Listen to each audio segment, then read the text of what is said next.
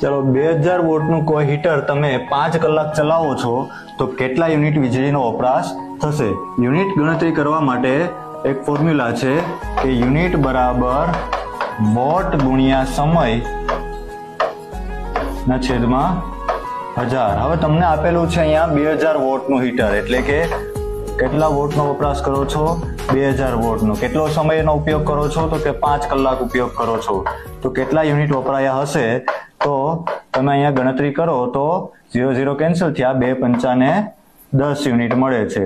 હવે આ જ પ્રશ્નમાં તમને કઈ એવું પૂછેલું હોય કે કેટલા યુનિટ વીજળીનો વપરાશ થયો છે એની સાથે કેટલા રૂપિયાનો વપરાશ થયો છે, કેવી રીતના કેલ્ક્યુલેશન કરશો? તો રાજ્ય સરકાર દ્વારા જે નિયત ભાવ નક્કી કરેલો હોય, જેમ કે અંદાજિત આપણો ભાવ ચાલે છે 1 યુનિટના 8 રૂપિયા, તો આપણે વપરાશ કર્યો છે 10 યુનિટ, તો 10 ગુણ્યા 8 કરશો એટલે